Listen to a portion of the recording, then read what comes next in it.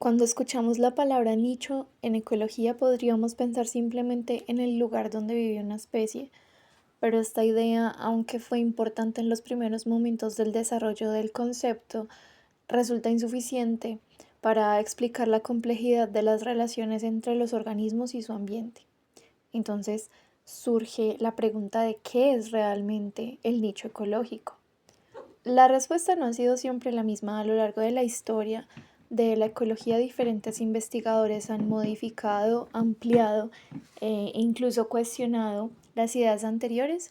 Por eso, más que una definición estática, el nicho puede entenderse como un concepto que se ha construido progresivamente. Uno de los primeros autores relacionados con el concepto de nicho fue Joseph Grinnell en 1904. Su propuesta estaba relacionada con los requerimientos de las especies y con su distribución.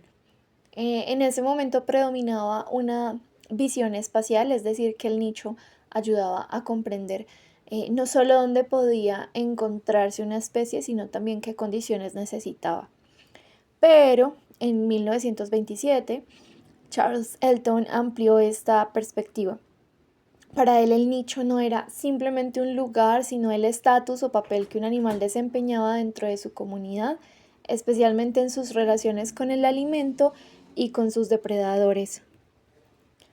Esto representa un cambio fundamental porque pasamos de preguntarnos dónde vive una especie a preguntarnos qué función cumple esa especie dentro de la comunidad. Posteriormente, los trabajos de Gauss en 1934 sobre competencia entre especies reforzaron esta dimensión relacional. Sus experimentos contribuyeron al principio de exclusión competitiva y mostraron que las relaciones entre especies son fundamentales para comprender sus posibilidades de coexistencia. A comienzos de la década de 1950, el concepto continúa ampliándose aún más. En 1952, Dice definió el nicho como la posición ecológica que una especie ocupa dentro de un ecosistema particular, y aunque pueda parecer una idea cercana a la de Grinnell, existe una diferencia importante. Grinnell había enfatizado principalmente la distribución espacial y los requerimientos de la especie, mientras que Dice sitúa esa posición dentro de un ecosistema. De esta manera, el nicho comienza a entenderse no solamente como el lugar donde aparece una especie, sino como su posición ecológica dentro de un sistema de relaciones. Un año después, en 1953, Eugene Odom amplió nuevamente esta perspectiva. Relacionó el nicho con el estatus del organismo dentro de la comunidad y el ecosistema, teniendo en cuenta sus adaptaciones estructurales, las respuestas fisiológicas y el comportamiento. Posteriormente, en 1954, Clark enfatizó todavía más esa dimensión funcional y señaló que el nicho debería entenderse como la función de la especie dentro de la comunidad más que como su lugar físico en el hábitat. Aquí, por ejemplo, podemos observar una transición clara. El concepto se aleja progresivamente de la idea de nicho como simplemente la ubicación o el hábitat, y se acerca más a una idea de posición y función ecológica. Uno de los cambios más importantes llegó con Hutchinson en 1958 y posteriormente en 1965. Hutchinson propuso imaginar el nicho como un hipervínculo multidimensional. Cada dimensión representaría una variable ambiental que afecta a la especie. Por ejemplo, podríamos imaginar dimensiones relacionadas con la temperatura, la humedad, la disponibilidad de alimento o las condiciones físicas necesarias para sobrevivir. Esta propuesta para la época fue muy revolucionaria porque permitió representar el nicho de una manera más precisa y además hizo posible describirlo y cuantificarlo. Hutchinson también distinguió entre dos conceptos fundamentales: el nicho fundamental y el nicho realizado. El nicho fundamental como la representación o como esto que representa el conjunto de condiciones en las que una especie podría sobrevivir, y el nicho realizado que corresponde a la parte de ese conjunto que realmente utiliza. Por ejemplo, una especie podría tolerar determinado rango de temperaturas en ausencia de competencia, pero en condiciones naturales utilizar solamente una parte de ese rango debido a sus interacciones con otras especies. Con Hutchinson, el nicho deja de ser solamente una posición y se convierte en un espacio de múltiples dimensiones ambientales. La evolución del concepto continuó incorporando una dimensión adaptativa. En 1968, Richard Lewins relacionó el nicho con el valor adaptativo o fitness de una especie. Esto permitió conectar el concepto con la capacidad de los organismos para sobrevivir y responder a diferentes ambientes. Luego, Whittaker realiza una revisión importante y señala que el término nicho había sido utilizado para referirse a diferentes ideas.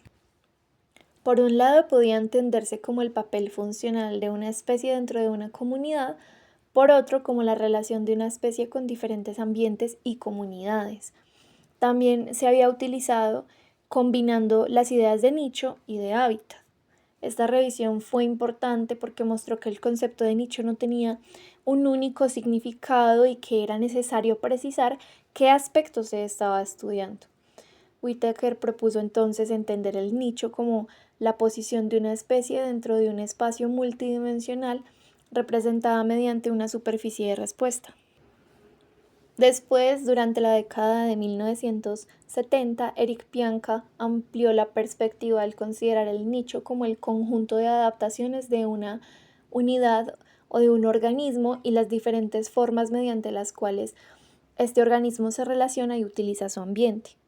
Esta propuesta permite comprender algo fundamental. El ambiente y el nicho no son exactamente lo mismo. Dos organismos pueden vivir en el mismo ambiente y sin embargo utilizarlo de maneras diferentes. Pueden alimentarse de recursos distintos, ocupar espacios diferentes o desarrollar comportamientos distintos. Bianca también planteó que es posible hablar del nicho de un individuo, de una población o de una especie. Por lo tanto, el nicho incorpora no solamente las condiciones ambientales, sino también las capacidades del organismo y la manera en que utiliza realmente esas condiciones. Finalmente, en 1977, Lewins planteó que el organismo no debe considerarse como un elemento pasivo frente al ambiente. Los organismos también pueden modificarlo, crear nuevos ambientes para otros organismos y coevolucionar con él. Esta idea cuestiona una separación rígida entre organismo y ambiente. Precisamente, Silva Rodríguez y Beroides Álvarez en 1982 propusieron comprender el nicho como una unidad indisoluble entre organismo y ambiente, es decir, el nicho no está exclusivamente en el organismo ni exclusivamente en el ambiente, sino que existe la interacción entre ambos.